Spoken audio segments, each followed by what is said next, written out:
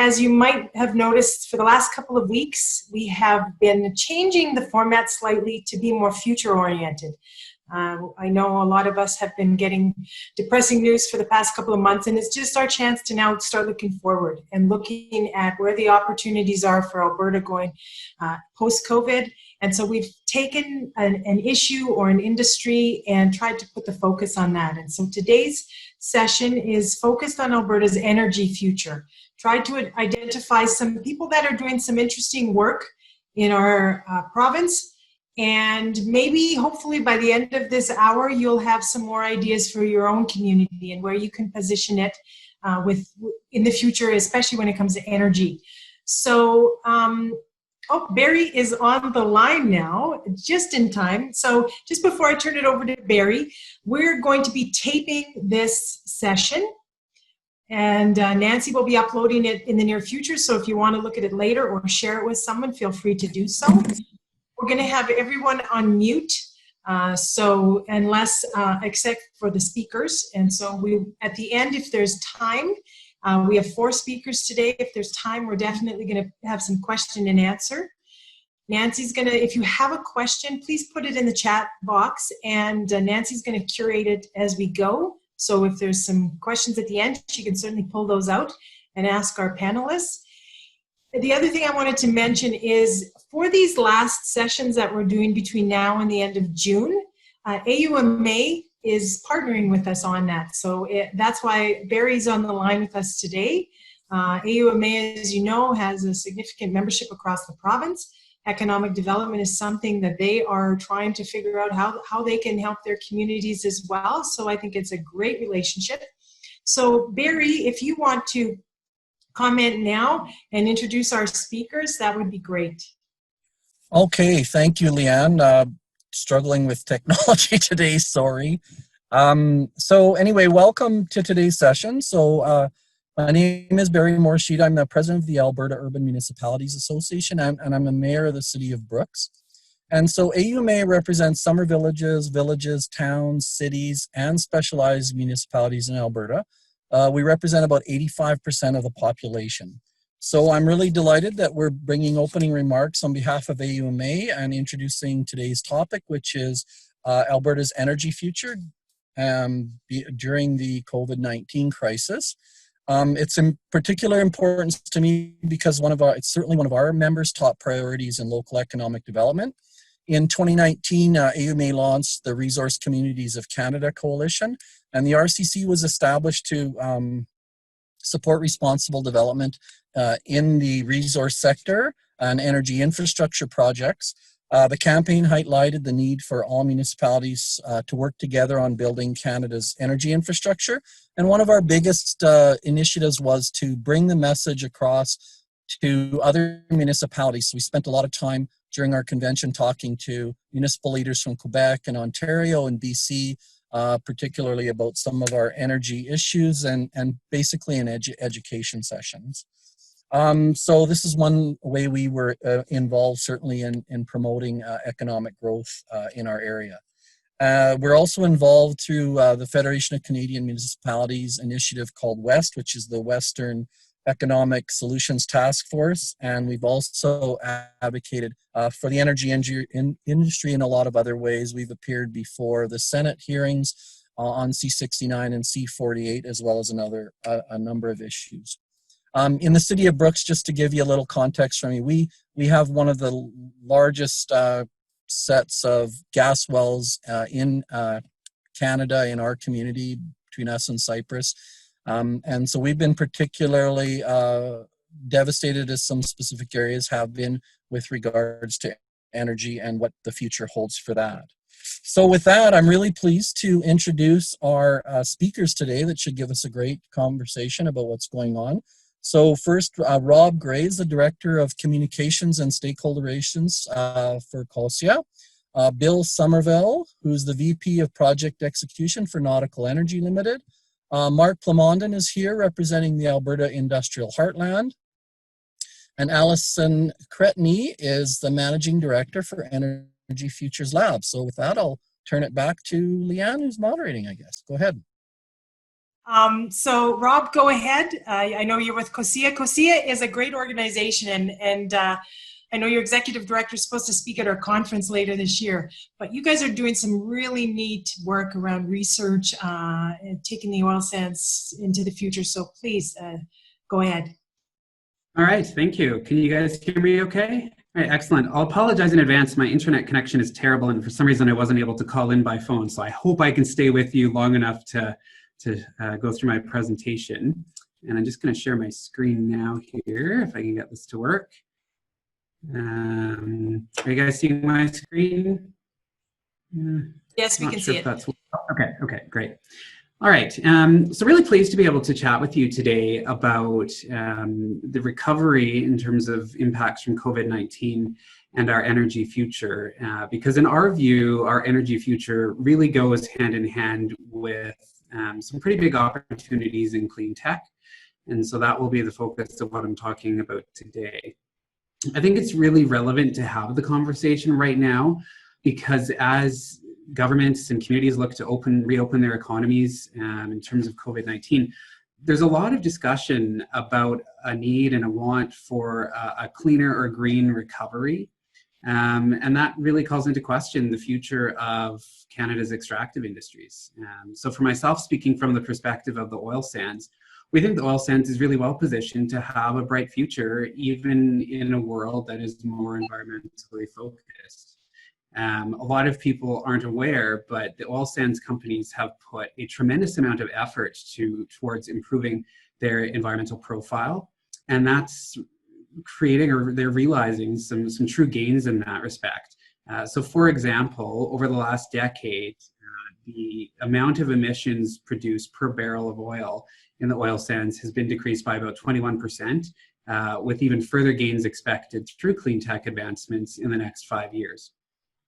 So what that means is the average barrel of oil coming out of the oil sands today is actually on par from an emission standpoint with a lot of the oil produced in the US, for example, which is better than many other jurisdictions. But the companies know that they need to do more and they need to do better, and they're very committed to that, which is where organizations like COSIA come into play. I can figure out how to advance my slide here.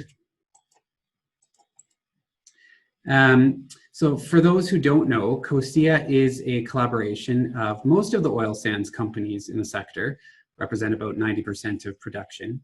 And through COSIA, they are working together with academics, scientists, innovators, inventors, entrepreneurs, all of these big thinkers who together are working to reduce emissions from the oil sands, reduce water use, reclaim land faster and better. And they're also working to turn tailings from what it is today into a resource that can be used to support reclamation efforts. So for COSIA, you see on screen here, this is what our portfolio of technologies look like. So there's been over 1,000 environmental technologies developed through COSIA at a cost of $1.4 billion. So there's been gains realized in all of those environmental areas I talked about, as well as huge potential for clean tech opportunities within each of those. But I'm going to talk specifically today about opportunities as we see it in the GHG space, just because that is such a hot button topic these days. And we really do see it as an opportunity because it's sort of a two-sided coin, in that clean tech innovation is what will make not just the oil sands, but all of Canada's extractive industries resilient. Resilient in terms of aligning with public expectations and Canada's climate commitments, as well as resilient in a low-cost environment, because not always, but often, clean technologies go hand in hand with reducing costs and improving the bottom line, so that they're good from that perspective. So while clean tech will support our existing, or one of our key existing industries in Alberta, there's opportunity for huge spin-off benefits in other industries, because many of the technologies developed for use in this sector have potential for broader application in other industries in other parts of the world. And so we see that as a real area of opportunity for Alberta. And just to give you a sense of what some of those opportunities look like, and I mean, COSIA is just one of many organizations working in this space. We have about 100 different opportunities where we're looking for new innovations and technologies. But looking at some broad buckets, GHG pathways that I have on screen here, these are areas that our members are looking at both within and outside of COSIA. So some examples include carbon capture, conversion, and storage. Lots of opportunities in this area, looking at technologies or trying to track technologies that will either capture and convert carbon to usable materials or alternative and augmentative sources of energy. We're also looking at opportunities to capture carbon, transport it, and ultimately store it or sequester it in the ground. Another area is around natural gas decarbonization. This is a big area of focus for us right now at COSIA, where we're looking to develop technologies that can remove carbon from natural gas, the natural gas that's used to power and create steam for in situ production. Pretty big potential areas of opportunity in that bucket. Energy efficiency is always an area that's of interest to our members. This one ties directly to the bottom line. So oil sands companies are continually looking to improve energy efficiency, both as they design new projects as well as retrofits for existing projects.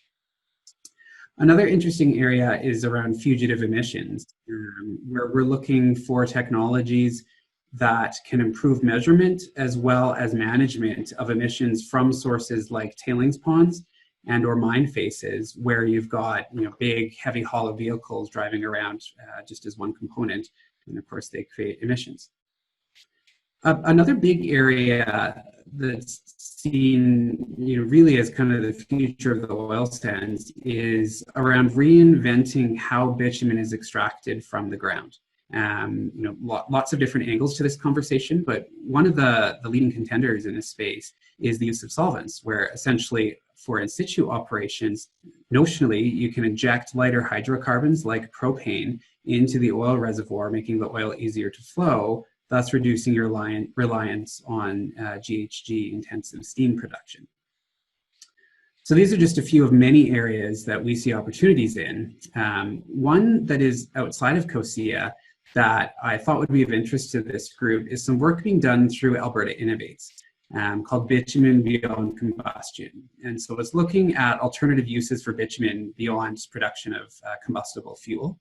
And so there's a number of different opportunities the study has identified, such as vanadium is a byproduct of oil sands production and is actually a key ingredient in electric batteries. So as electrification really takes off, that could be a potential for it. But in particular, an area that's getting a lot of interest is the fact that you can manufacture carbon fiber from derivatives of oil sands bitumen. And carbon fiber is really seen as the material of the future because it's very strong and very lightweight. So there's huge potential for manufacturing in this regard. Things like the auto industry, where vehicles or parts manufactured from carbon fiber can make cars stronger and safer, but more fuel efficient at the same time. So this is being touted as potentially a multi-billion-dollar new industry opportunity for Canada, and Alberta, in my view, would be a central spot to capitalize on that kind of an opportunity. So, I could go on for hours about what opportunities look like, but hopefully what I'm getting across is that, there's huge potential for new industries, new companies, new jobs, new economic wealth creation, all of that sort of stuff in the clean tech space, central to our extractive industries. And if anyone is interested in more information on any of that, my information is up on screen. At COSIA, we're happy to chat with anyone anytime, both about what these opportunities look like, as well as what the sector is doing to improve its environmental performance. Our website, cosia.ca, is a wealth of information with a lot of research papers, information on opportunities as we see it, etc. And the other thing I just wanted to flag for this group is the Clean Resource Innovation Network, or CRIN. It is a network that brings together a lot of the players in the innovation ecosystem, centric not just to oil sands, but to oil and gas overall. It's free to become a member. So if you're at all interested in this space, then I encourage you to sign up to participate in CRIN. And so with that, thanks for your time, and I'm happy to take any questions once we get to that point. That's great. Thanks, Rob. I think we will go next to Bill Somerville with Nauticol Energy. Hello. Can everybody hear me? Good.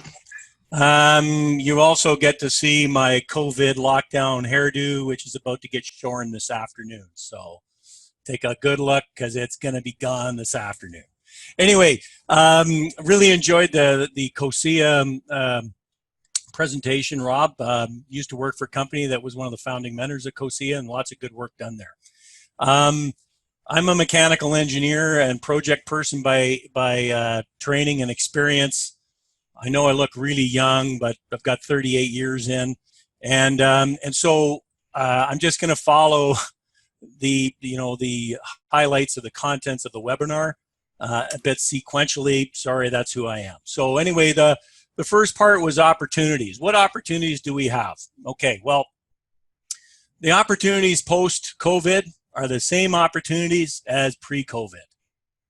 We got a lot of resource in the ground. The world's going to need it. They're going to need it for a long time. So it's there. The world needs our energy, and we just need to get it to it. We live in a country of rule of law. We have established logistics infrastructure. We have proximity to Asian and developing markets in the Pacific Rim. A lot of this stuff will tie into what we're doing at Nauticol. For those of you who don't know who Nauticol is, we are a development startup company, and we're intending to build a world scale, one of the largest methanol plants in the world, just south of Grand Prairie. We have a well-educated workforce. We have an opportunity to develop more of our workforce and bring them up the curve, in our underrepresented demographics in the energy industry, which includes our First Nations, Indigenous communities, as well as women. I've got 3 daughters, and we need more women in STEM. The other thing that the energy industry, the opportunity we can do is we can be a real unifying industry. So when you think about who benefits from the energy industry across Canada, beyond the well-discussed equalization payments and royalties and everything, is that people across the country benefit from the energy industry. We used to buy structural steel from Quebec, pipe fabrication and vessels from Ontario. We have workers up in oil sands and other places where I used to work from Newfoundland, Nova Scotia, whatever. So the energy industry has an opportunity to really bring the country together again, coming out of this COVID lockdown. Next question was, what should we be doing and thinking about, and how can we compete? Where can we compete? The first thing I would say is just remember who we are. We need to maintain our characteristics and our culture. And in my opinion, being out here for 40 years, courage, fortitude, stamina, perseverance, entrepreneurship, innovation that Rob just talked about, sense of humor, that always helps. We need to focus on value-added stuff. So I thought that was really interesting, Rob's discussion about alternative uses of bitumen. So that is value-added product and innovation all at the same time. So I thought that was really neat. So Nauticol's particular picture on that is that we know that we got a lot of trapped gas, especially up in the Montney in that area. And so the Nauticol's business case is basically taking trapped gas and actually sort of adding value through creating a transportable product, value-added product with a higher selling point or price in Asia. We have something like a 20-day, 20 or 12-day benefit or improvement on transportation of methanol to Asia versus the Gulf Coast. So, from a timing and the cost standpoint. So that's one of the things we're trying to do is how can we use our energy and add value beyond just shipping the raw material. So we're doing that. Another thing that got talked about in Rob's discussion, which I also was going to push, was everybody, the energy industry really has to continue to educate and push the ESG story. That's the environmental, social, and governance component That's not only from a political standpoint, but let me tell you, as a development company, we've been trying to raise capital. And in the last 2 years, the ESG that used to be sort of a sidebar and a question of raising capital has become a fundamental component of actually raising capital for projects. So we really need to be good on our ESG story and what we're going to do. One of the things that we are doing along that line, again with Nauticol, is that we have actually pivoted from an initial process technology for our methanol plant, which is well proven and fairly good on emissions. The feedback that we got was not good enough. And so we've actually just recently, in the last 2 or 3 months, changed our process technology so that the methanol plant we intend to build is going to have, if not the lowest, one of the lowest GHG emissions in the world of methanol plants. And furthermore, we have some low-grade steam that we will not be using in the plant, where we've talked to our partners, our First Nations partners, to potentially use that to support a greenhouse adjacent to our facility. So that's the innovation and the the sustainability portion of that ESG story. Challenges. Well, we know we've got a challenge in the political climate, and in general, the perception of the energy and the industry, the oil and gas industry. So again, the challenges we need to address is to continue to try to educate, build awareness, build understanding, to have the general public and the people who are leading our countries, our province and our country, to understand the benefit of the oil and gas industry. So we need to do that. Another thing we need to do is we do have a limited customer base. So from a business standpoint, the majority, if not all of our exports go to the United States. So we need to diversify our market.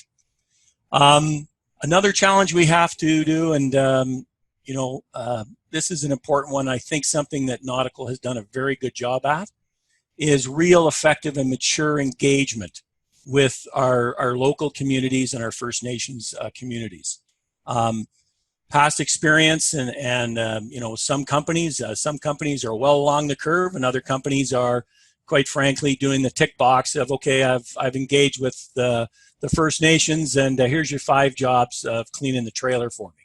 So one of the things that Nauticol's done before we even decided to even think about building the plant in Grand Prairie, our CEO and our VP of External Relations up in Grand Prairie went and talked to the First Nations in the local community and said, hey, we're thinking of building a plant up here.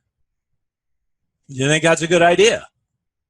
Do you want to come along with us? So right from the get-go, not something at the end to sort of support some sort of regulatory approval. It was really very, very front-end engagement.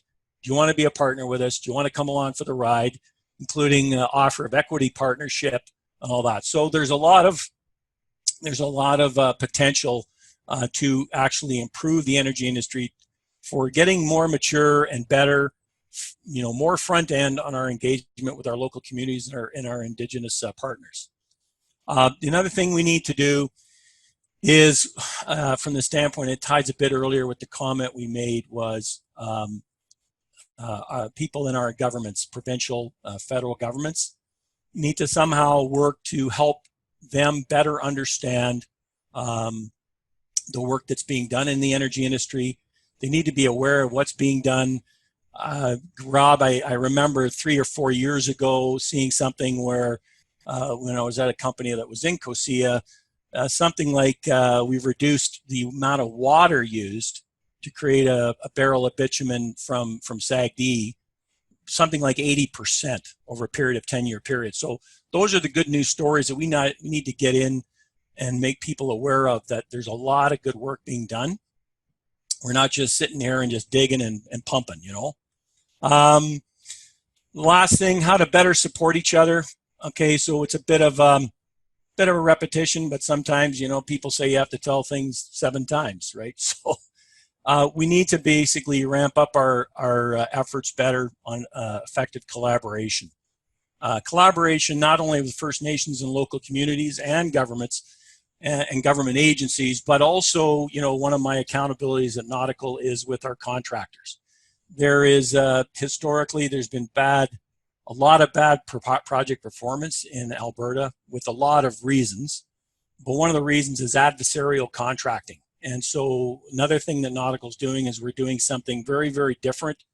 The terminology is integrated project delivery and also collaborative contracting, where we select our contractors very, very early in the job, and then we jointly develop execution plans to make sure that we're all focusing on what's the success for the project.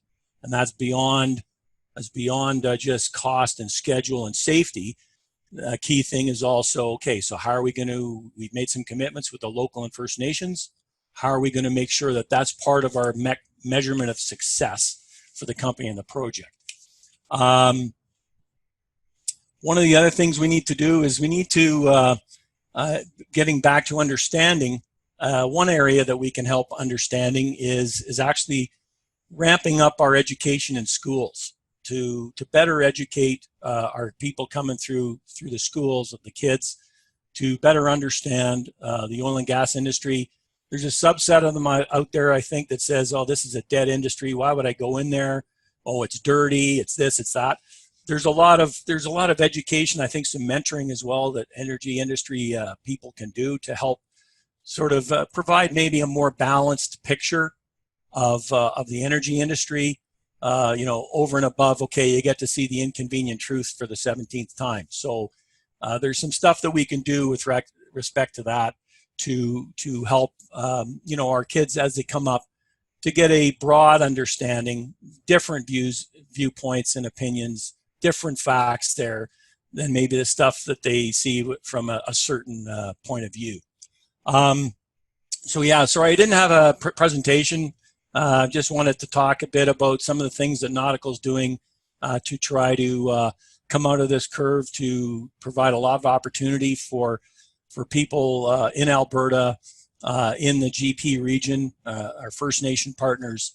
And so I think I'm sort of at 8 minutes, I think, plus or minus. I didn't see the big hook.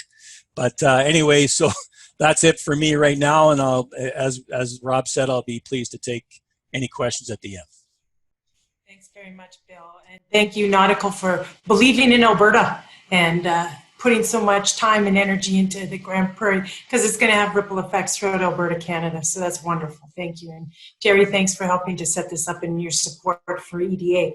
Next, we're going to have Mark Plamondon. Mark is the Executive Director of Alberta's Industrial Heartland. I see Jerry Gabinet on the line, very familiar with this particular association in the Fort Saskatchewan, Sherwood Park area. So I will turn it over to Mark. Thank you very much, Leanne. Can you hear me okay? Yeah. Perfect. Thank you for the invitation to talk here this morning. Thanks to Rob and Bill for the previous two presentations, very interesting. I'm going to have a few slides here. I will try sharing my screen right now, and hopefully it works. Can you see that? Yeah, we can. I'm wondering the whole thing under slideshow if I can. There we go. Okay, so just a few background slides here before we talk about going forward. For those who aren't familiar with Alberta's Industrial Heartland Association, we're an association of municipalities. So we represent City of Edmonton, City of Fort Saskatchewan, Lamont, Sturgeon, and Strathcona counties. And the 5 municipalities here work collaboratively through Alberta's Industrial Heartland Association to attract investments to this heavy industrial region here, this industrial cluster that we have here called Alberta's Industrial Heartland. It is Canada's largest hydrocarbon processing center. It's 582 square kilometer region, heavy zone for pre-zoned for heavy industrial development. And currently there's over $40 billion in investments and significant economic engine for the region, for Alberta, and for Canada. And the industry that exists here are listed here on this slide.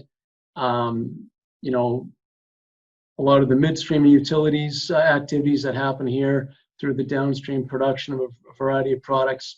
some specialty products that are produced here, and then of course there's the downstream oil upgrading and refining activities that happen here. And the companies on this slide are a lot of the companies that operate in this region, and you would recognize all of them. So just to talk about the current context where we're at. So here in the industrial heartland, a lot of our growth potential has been driven by the petrochemical sector and the investment wave that's been happening over the last 5 to 7 years in the petrochemical industry. And you know, what we've seen across the globe, and not just this sector, of course, is the demand destruction associated with the lockdown due to COVID. But a lot of the base chemical producers were already under pressure due to the, I'm going to say, some of the overcapacity or some of the supply growth that's come onto the market. And now on top of it, with the demand destruction, we've seen significant impacts to growth expectations in the very short term here.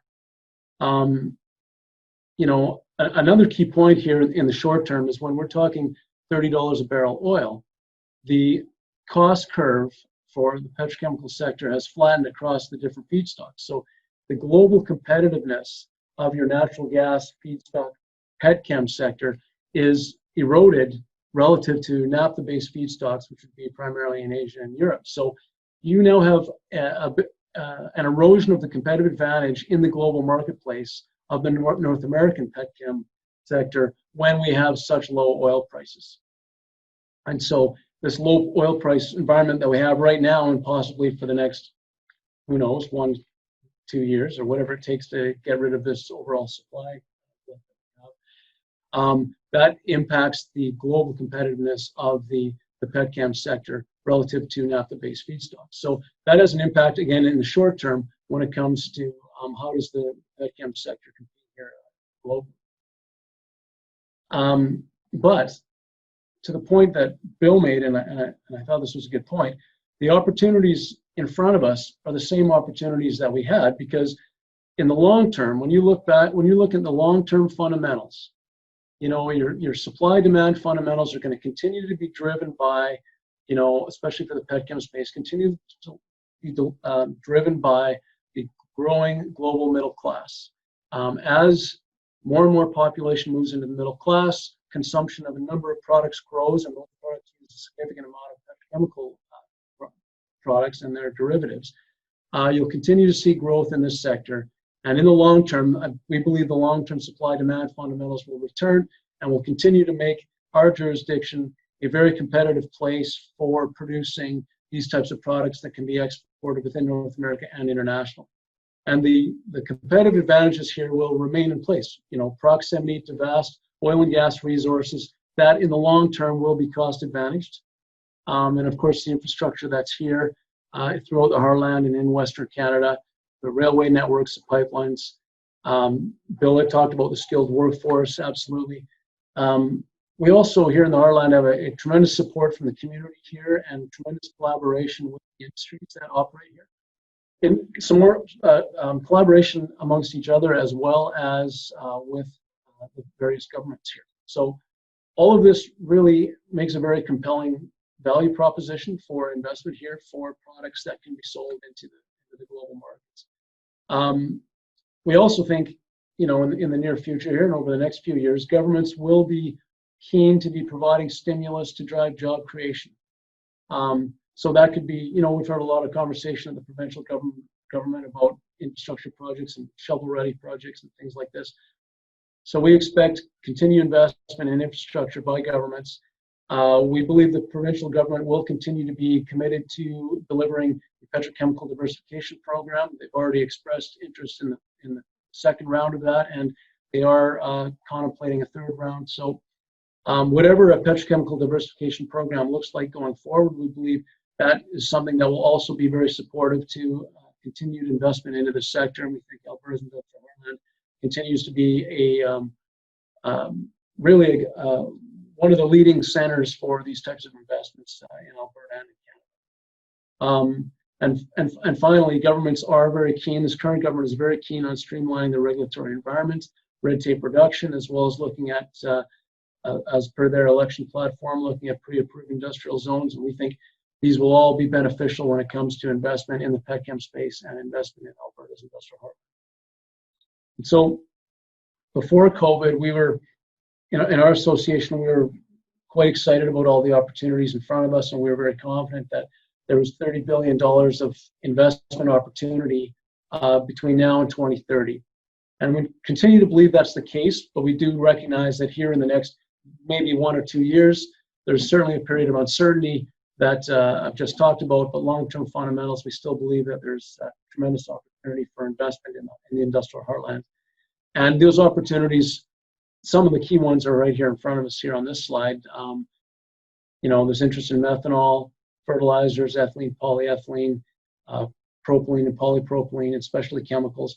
And we're also seeing a lot of conversation around the hydrogen economy, and there's lots of conversation around carbon capture. Here in the industrial heartland down to Lacombe, there's the Alberta Carbon Trunk Line. Wolf has brought that online recently. And this is a true competitive advantage for Alberta and the industrial heartland. Any new project, major project that's looking at investment here, they're talking about a component of that being carbon capture. And we really think that this is a good news story and a real competitive advantage for Alberta to have such geology that is conducive for carbon capture, as well as the assets that are here already that is good for carbon capture. It's a fundamental component of investment going forward, and we think there's a real competitive advantage here. So we're excited about the opportunities in front of us here in the heartland. I would like to mention, though, there's always risk factors. This oil versus gas differential, for a much longer term, if it's flattened like it is right now, that will have an impact on the global competitiveness of the sector here. So the sooner that we can get back to a world where that differential goes back to close to where it was, that's going to be good for us here. It's also important to mention that, having a robust and very active oil and gas industry here in Western Canada is critical for the petchem sector. Your competitive advantages for the petchem sector are all derived from the activities in the oil and gas sector.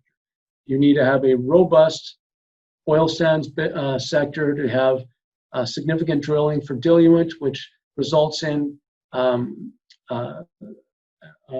certainly helps drive the competitive advantages of our natural gas liquids and other feedstocks. So it's critical that it's continued. And then, of course, access to markets is critical, the regulatory policies and the tax framework relative to other jurisdictions. If all of these line up, of course, and continue like they were pre-COVID, and we're on the trajectory that we had pre-COVID, we're very confident with the possibilities in industrial heartland and in Alberta and in Canada as a whole. That's my very quick presentation. I don't know how long that was, but I'll be happy to take questions when they come up. I will try to unshare my screen here, Leanne. That's great. Thank you very much, Mark.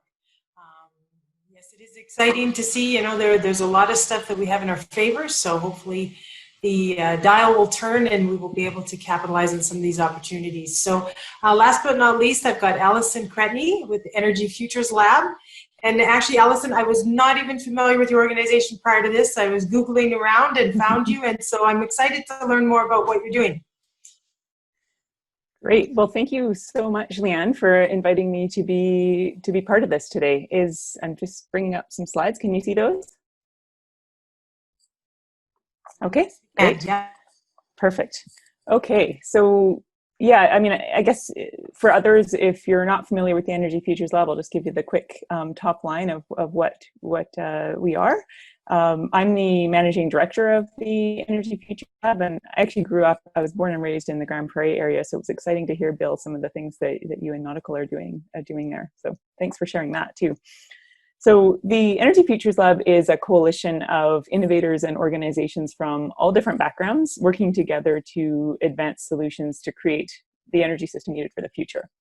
And so we're convened by 20 diverse partner organizations, and we have over 70 sort of ongoing participants from the oil and gas sector, clean tech, renewable energy utilities, IT, finance, First Nations, all levels of government, not-for-profits. So the intent being getting everyone in the room. And so all these diverse perspectives are at the table and working collaboratively on solutions aligned with a low emission economy.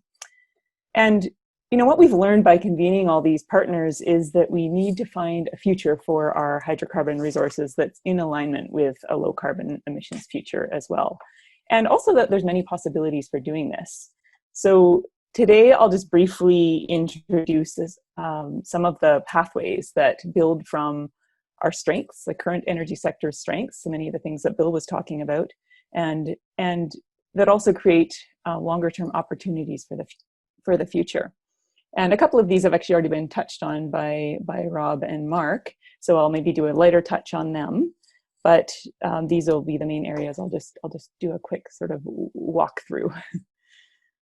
So bitumen beyond combustion, Rob introduced this, so I won't spend too much time here, but I think what I'll point out is the really exciting opportunity here is in the potential for carbon fiber, and just to name, I guess, or to note that in using bitumen for lightweight materials production rather than burning it, and therefore releasing those emissions, suddenly the high carbon intensity of bitumen becomes a huge asset rather than a liability. So I think that's a really exciting thing just to point out and to think about a little bit.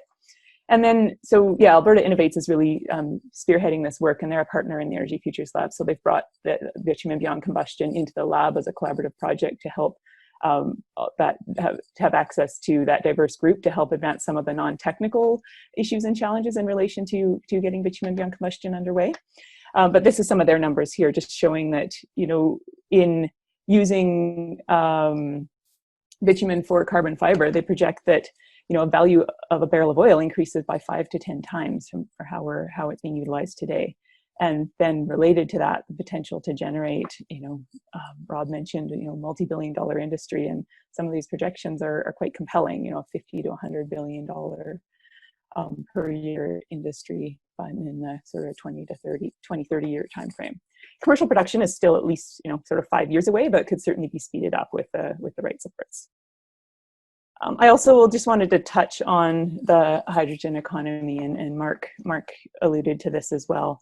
There's a lot of really good work happening around this, and David Lazell and his team at Canadian Energy Systems Analysis Research out of the U of C has done a lot of modeling and analysis in this space. So this is some of what they've identified here, that Alberta is extremely well positioned globally to be a low-cost producer of hydrogen, and that's through producing what they've been calling blue hydrogen, which is essentially converting natural gas through steam methane reforming or otherwise into hydrogen, which we're already doing in Alberta, but pairing that with carbon capture and therefore putting the carbon back into the ground. And analysis by David and Jessica Loff shows that producing and exporting hydrogen in this way would generate 3 times more economic activity than the equivalent amount of oil and gas as we export today. So I'll just note the Transition Accelerator, actually headed up by Dan Wicklum, is making some very important steps in this in getting a hydrogen economy underway in Alberta. It includes the Alberta Zero Emission Electric Truck Project, which is a group of freight and energy companies designing and manufacturing 2 hydrogen fuel cell electric trucks fueled by hydrogen made from natural gas, and that's really just a sort of a pilot to prove the potential in Alberta. And then the exciting announcement last week from the Industrial Heartland, the Industrial Heartland Hydrogen Task Force, that is a collaboration between the regional mayors, industry, and academia to identify what's required to advance a hydrogen-based zero-emission fuel economy in the region. And another exciting potential new industry for Alberta that I wanted to bring into this as well is lithium. So, if you're sort of following the demand for lithium globally in relation to energy transition and energy storage and increasing electrical vehicle use around the globe, it's in very high demand. And in fact, demand is expected to outstrip supply by 2025. And that's represents about a sort of tripling from today. And I think the good news for Alberta is that lithium's found in high concentrations in oil field wastewater in some parts of Alberta, primarily central Alberta at this point. And there's a huge opportunity here to grow a brand new industry that uses existing oil and gas infrastructure wells, as well as its skilled human resources and expertise. And we know with potential to be a significant economic contributor, with I think plenty as well down the road of spin-off economic opportunities. You know, we could imagine, you know, battery manufacturing plants, for example, and the high-paying jobs that would be connected to that. So, you know, I've been talking a lot about these sort of mid to slightly longer term opportunities, and I'll just mention a couple more that have some, maybe we'll say, sort of nearer term potential as well. Like, I think geothermal is a good example of some low hanging fruit. If we genuinely pursue the geothermal potential in Alberta, I think the good news story there as well is it also means putting oil and gas workers back to work, including drilling crews, service companies, pumping equipment, construction crews, and so on. And developing 300 megawatts of geothermal electricity, you know, paired with geothermal district heating could spark a $3.5 billion economic boom. So, and I think what's also important about that is it's investing in low emission heat and electricity, but it's also creating jobs and breathing new life into many parts of the energy sector that are currently suffering.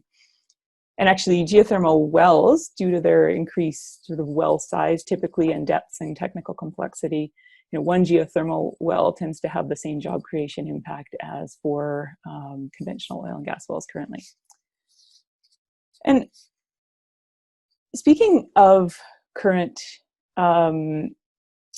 challenges, I think the end of the productive life of oil and gas wells, you know, of course, creates liability. But there's also a lot of work being done looking at the opportunities. And so I just wanted to close out with this.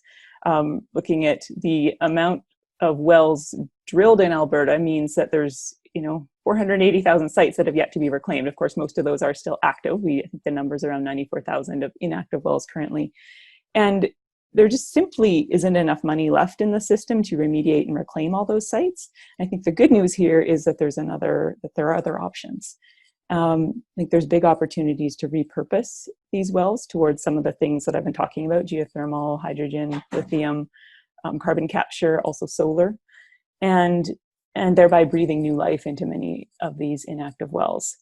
And in the Energy Futures Lab, there's a number of clean tech entrepreneurs collaborating with oil and gas municipalities and others to really showcase responsible conversion of some of these sites. So there's work underway there.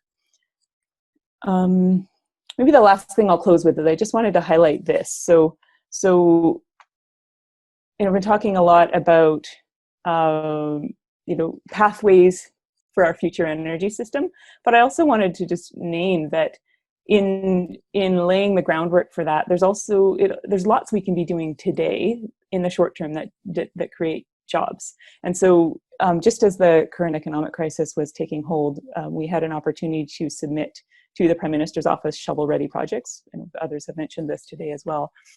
And we were able to very quickly gather over 50 unique projects from our network and from work happening within the lab, that with the opportunity to create over 25,000 jobs. And these aren't far off in the future. These are real opportunities to create jobs today while building what I would call the economy of the future. And I think it also just really signals that there's some very important breakthroughs that could happen here if the right decisions are made during this crisis. I think that's just an important note to highlight. You know, the right investments today can really unlock some of these longer term opportunities that will be what I would put forward as key to our future prosperity. So I'll stop there. Thank you so much, and look forward to engaging in some questions.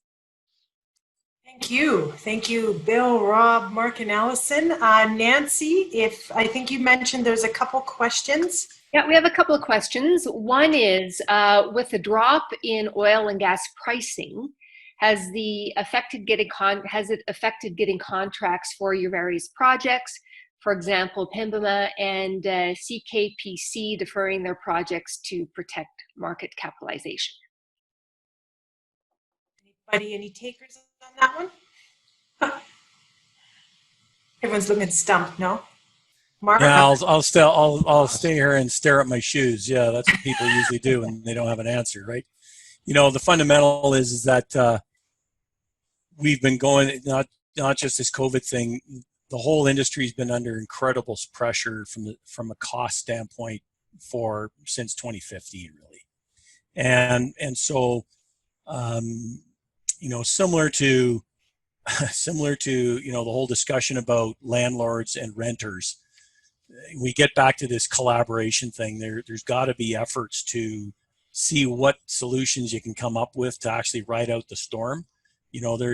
These contractors and suppliers, they're for-profit businesses, and they've been hit terribly hard. So the answer is yes, they've been hit terribly hard. And so the key challenge, and I don't have an answer. The key challenge is how do you keep these companies to continue to have the capability and competency without everybody leaving the industry. I mean, we've already lost a whole bunch of people in the industry. They're all getting gray like me, and so, we are also, even up in Grand Prairie, as bad as the downturn was going, and talking to some of the folks in Grand Prairie, they have some task force focusing on, labor shortage. And so I don't have the answer, but it is a key risk that we're going to have to deal with. So a challenge, if you want to talk about, as to how are you going to ride this thing out and make sure that when you come out of it, we will, how are you going to make sure these contractors, suppliers, and their workers are going to be there, and the capability is going to be there to sort of pick this stuff up again. CKPC will start again. They've invested too much money not to build that sucker, so they'll be building it, but the whole point is, how are they going to make sure those people are there? Sorry, I don't have an answer, but it is a critical. I'll add a couple of comments, and I think those are good points. To the question around projects being deferred here, so yes, CKPC have announced, or PEMA announced deferral of their capital into that project. Another major pipeline project coming here into industrial heartland, bringing natural gas liquids here, has been deferred. I mean, this is a natural reaction. Companies are looking at the uncertainty in front of them, the drop in revenues, et cetera, and they're locking down their balance sheets to say, look, we need to protect our corporation, and we will curtail some of the capital growth right now. And then when they're, I guess, ultimately their cash flow and balance sheets allow, they'll return to getting these projects going. But the point is well made here by Bill that, as these projects have to lock down, and then all your contractors are now, they're in a really tough spot, and that labor may have to go elsewhere or find work elsewhere. How do you ensure that the skilled labor is here to advance these projects going forward? And that's certainly a challenge. The other challenge we have here in the Heartland is a number of companies have deferred their maintenance turnarounds, right? So this is directly due to COVID and spacing and safety and all of these things. So you've got, of course, health and safety is a top priority of all these companies, and so you have deferrals of maintenance turnarounds. That also impacts the labor that's available in this area. You either have a surplus available or they go elsewhere. And so certainly could be long-term ramifications associated with labor in the region if we can't get our activities back up here. And I would maybe just add, from the perspective of our member companies, I mean, they're all in different financial positions, and they all have different strategies for how to weather this storm. So sort of at the middle of that, definitely there's less dollars available for the clean tech space. But there still are projects happening, new projects are kicking off. What we're seeing is really just a lot more focus, where companies may have been interested in, 100 different possibilities in past. Maybe that's narrowed down to half. Or maybe it's narrowed down to projects that have the most potential for immediate impact or the most probability of getting past the finish line. Yes, right. I'll add one last thing. So it's going to be a very interesting challenge. We've talked a lot. Basically, everybody's talked about collaboration, right? And I was through the what storm in the mid 2000s trying to build capital projects, and we used to have a curve called the Batman curve, which basically had all the capital projects and all the resources required, and to what Mark was saying, deferral. I know there's been 3 or 4 major deferrals of turnarounds, and what's going to happen if all of a sudden we start all this up again and we need all this labor and everything, and all of a sudden we're going to get this huge supply-demand imbalance again in labor. And so it's going to be very interesting to see if all these competing owners, without being seen as colluding to manipulate labor rates and everything, when are they going to start talking about being collaborative and saying, okay, well, you know, your turnaround, you go first. So we don't overstress to an extent that we can manage it. We don't overstress the capability that's actually in the resource pool. That'll be very interesting to see. All right, we do have several questions coming in. So if we don't get to all of you, I invite you to, anyone with questions, I invite you to contact the speakers directly. We will have all of the contact information and so on available on our website. So go ahead and do that. But before we go, how about this last question? How can municipalities support new initiatives?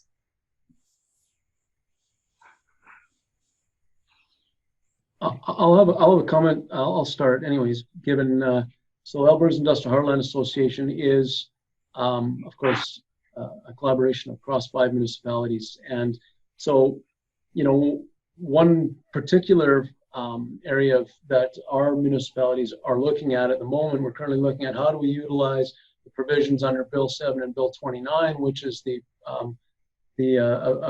ability for municipalities to utilize tax abatement to help support new developments. So our 5 municipalities are currently looking at that and seeing if there's a way that we can reach a collaborative approach, have a collaborative approach on incentivizing new investments as much as municipalities possibly can and supporting them. The other point I'd like to make is the municipalities out here in the Heartland as well really have been very collaborative with respect to emergency response and working with the various industry on social license and community awareness. And there really is really good collaboration. I think there's a number of avenues for municipalities to get behind, particularly the heavy industrial development that we have here. I think we've seen good examples of that with the Heartland Association members. I would just add real quick, similar to the comments that we've talked about of what Nauticol tried to do early and ongoing with the First Nations communities, we've had the same positive engagement with City of Grand Prairie, MD of Grand Prairie, MD of Greenview, you know, to the point of, you know, one of the sustainability approaches that the project has used is that we've actually picked disturbed land, a disturbed site, to actually build the majority of our plants so we don't have to disturb natural habitat.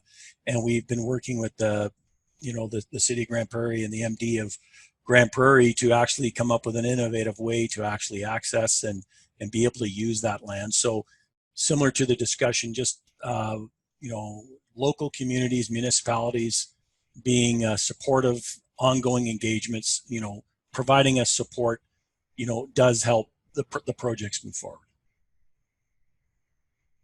As we wrap up, thanks again, Bill, Rob, Allison, and Mark for taking the time out of your busy schedules to give us more information and what you're seeing on the front lines, because I know for me, I see your industry as a very much an asset for Alberta, and we need to all start supporting it and helping it move forward in a new and unique way. So thank you so much. And thanks, Barry, for the support from AUMA on this webinar series. Just for those of you who may be interested, we actually have 2 this week. We have another webinar tomorrow. One of our members, the town of Calmar, approached us and asked if we would host one.